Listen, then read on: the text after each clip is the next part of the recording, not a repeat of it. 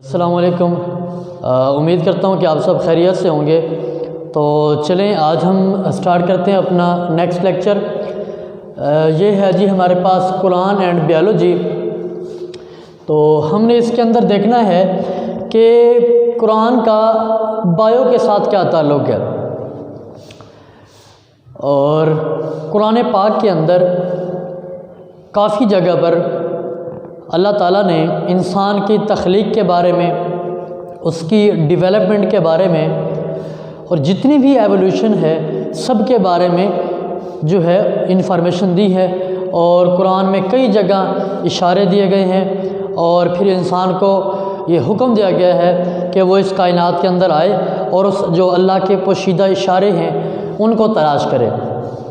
तो इस हवाले से बहुत सी आयात हैं जहाँ पर इंसान की तख्लीक का ज़िक्र किया गया। सबसे पहली एक आयत है जिसको मैंने यहाँ पर नहीं लिखा क्योंकि गलती हो जाती फिर हमें उससे रेज़ करते हैं, तो इसीलिए मैंने उसको ट्रांसलेट किया हुआ है और यहाँ पर उसका मफ़हूम बताना चाहूँगा जस्ट आपको। We made every living thing from water, सूरह अंबिया है और आयत नंबर है 30। इसमें ज़िक्र है कि बेशक हमने हर जिंदा चीज़ को पानी से बनाया।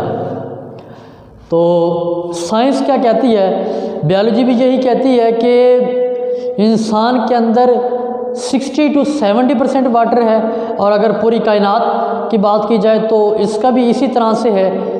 और अगर हम यूँ कहें कि इंसानी बॉडी के अंदर हर एक जो सेल है तो हर सेल के अंदर भी ऐसे है कि 70% वाटर होता है और बाकी दूसरी ड्राई मटेरियल होता है। तो उधर से कुरान की भी आप इधर से प्रूफ देख सकते हैं कि हमने हर जिंदा चीज़ को पानी से बनाया। अच्छा जी, ये मैंने लिखा हुआ है कि ये जो प्रोटोप्लाज्म है हर लिविंग थिंग का वो अकॉर्डिंग टू साइंस 60 to 70% ये वाटर से बना होता है। अच्छा, इसी तरह एक और आयत के अंदर भी सूरह रहमान और आयत नंबर है 14, इसमें ज़िक्र है he made man from clay ये है पोटर, हमने इंसान को चिकनी मिट्टी जैसा कि बजती हुई मिट्टी से पैदा किया।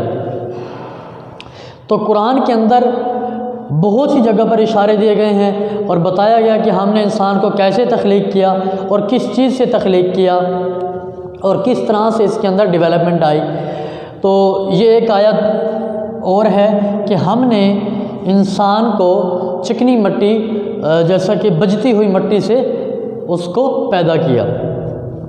इसी तरह से एक और सूरत के अंदर एक आयत है, सूरत अल-मोमिनून, आयत नंबर है 14 और ये क्या है, then fashioned with the drop a clot, then fashioned with the clot a little lump, फिर हमने वो जो खून का लोथड़ा है फिर हमने उस नुत्फ़े को पता पहले इंसान की इब्तिदा कैसे है, एक गंदा नुत्फ़ा होता है, ठीक है, नुत्फ़ा ड्रॉप, फिर हमने क्या किया, फिर हमने इस नुत्फ़े को खून के लोथड़े में बनाया, फिर then fashion with the clot a little lump, और फिर हमने इस लोथड़े के ऊपर गोश्त चढ़ाया, फिर हमने then fashion with the little lump bones, फिर हमने इस गोश्त के लोथड़े के ऊपर हमने इसको हड्डियां बनाई, then clotted the bones with flesh, और फिर हमने उन हड्डियों के ऊपर गोश्त चढ़ाया। तो इसका मफ़हूम क्या है कि पहले एक नुत्फ़ा था, नुत्फ़े के ऊपर उन्होंने नुत्फ़े को चेंज किया क्लॉट के अंदर, खून के लोथड़े के अंदर, और उसके बाद फिर उन्होंने उस खून के लोथड़े को एक गोश्त का टुकड़ा बनाया, फिर उसको हड्डी में चेंज किया, हड्डियों में चेंज किया और फिर उन हड्डियों के ऊपर गोश्त पहनाया। तो मैं यहाँ पर क्यों ना कहूँ कि फ़बी अय्यि आलाइ रब्बिकुमा तुकज़्ज़िबान, कि आखिर तुम अपने रब की कौन कौन सी नेमतों को झुटलाओगे। तो अगर हम एक एक चीज़ पर तवज्जो करें तो तब हमें ये अंदाज़ा पता चलेगा कि हमारी तख्लीक किस तरह हुई और हमारी इब्तिदा कैसे थी।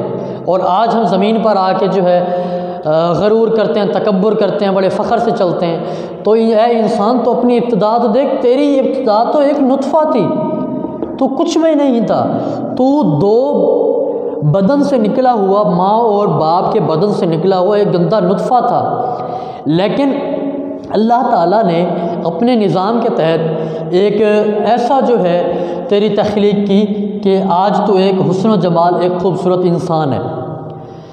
तो ये थी जी सूरत अल-मोमिनून और आयत नंबर है 14। इसमें ये ज़िक्र किया कि हमने किस तरह से एक नुत्फ़े से एक पूरा इंसान बनाया।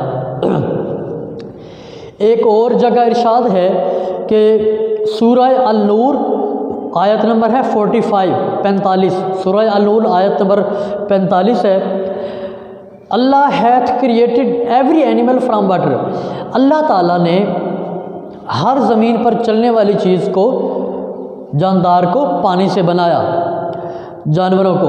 Then some of them creep up over their bellies, उनमें से कुछ ऐसे हैं जो अपने पेट के बल ज़मीन पर चलते हैं, पेट के बल। अदर्स वॉक ऑन 2 legs, और कुछ ऐसे हैं जो 2 अपनी टांगों पर चलते हैं। एंड अदर ऑन 4, और कुछ ऐसे हैं जो चौपाए हैं, यानी कि 4 टांगों वाले हैं।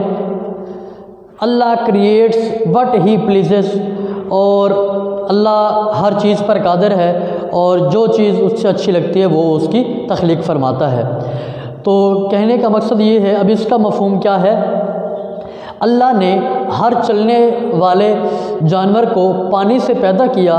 उनमें से कुछ ऐसे हैं जो अपने पेटों के बल, लाइक स्नेक एग्जांपल ले लें, और भी काफ़ी सारे ऐसे एनिमल्स हैं जो क्या हैं, अपने पेट के बल जो है ना चलते हैं। और कुछ ऐसे हैं जो 2 टांगों वाले हैं, और कुछ ऐसे हैं जो 4 टांगों वाले हैं। और अल्लाह हर उस चीज़ को तख्लीक फरमाता है जो वो उसे अच्छी लगती है। और अल्लाह बेशक अल्लाह हर चीज़ पर कादिर है।